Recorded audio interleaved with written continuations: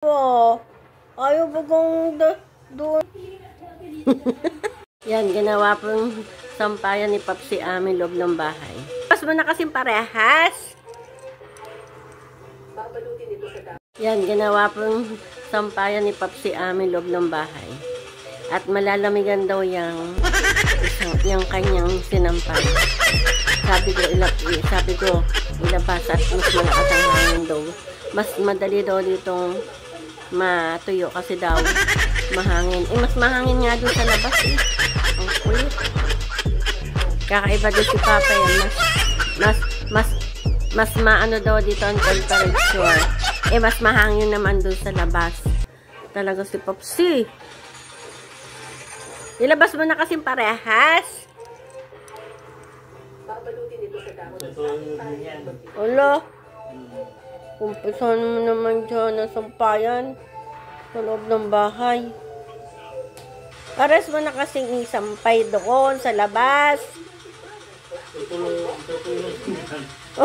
Ang kulit nito eh. Ayan, nalakas ng hangin. Kumpara dyan, walang hangin. Tingnan mo. Mas malakas ang hangin dito.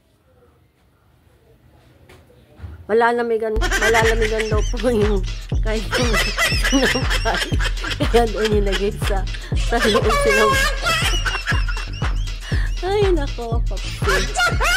Walang kahangin-hangin. Yung sinampay mo doon, nagsasayaw. Natatawa tuloy sa'yo si Jaisal.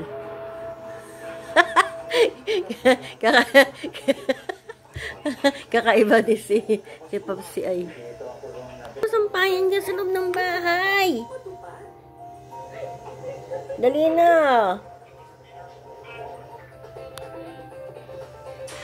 Tawa pa nun ng tawa. Ayaw ba kong doon ng ano. Tingnan mo yung sinampay mo dyan, nagsasayaw. Alin ang mas madaling matuyo? Yung nasa loob o yung handyan? Malalamigan daw yung kanyang damit ay. Kaya doon nilagay sa loob.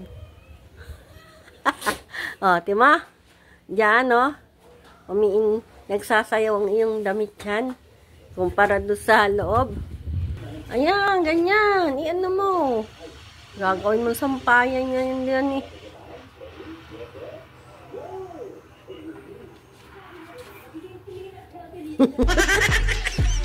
Dali. Tawa ka ng tawa dyan. Ay, nako, Papsi. Tingnan mo, di mas mabilis diyang matuyo. Oo nga, para matuyo agad dyan. Malakas ang hangin.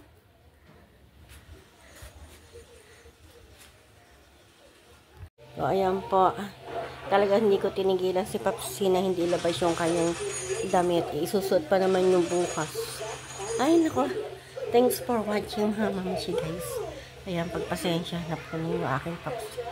Talagang iba na po yung tumatanda. Nagkakaedad. Thanks for watching, guys. God bless you all. Bye-bye.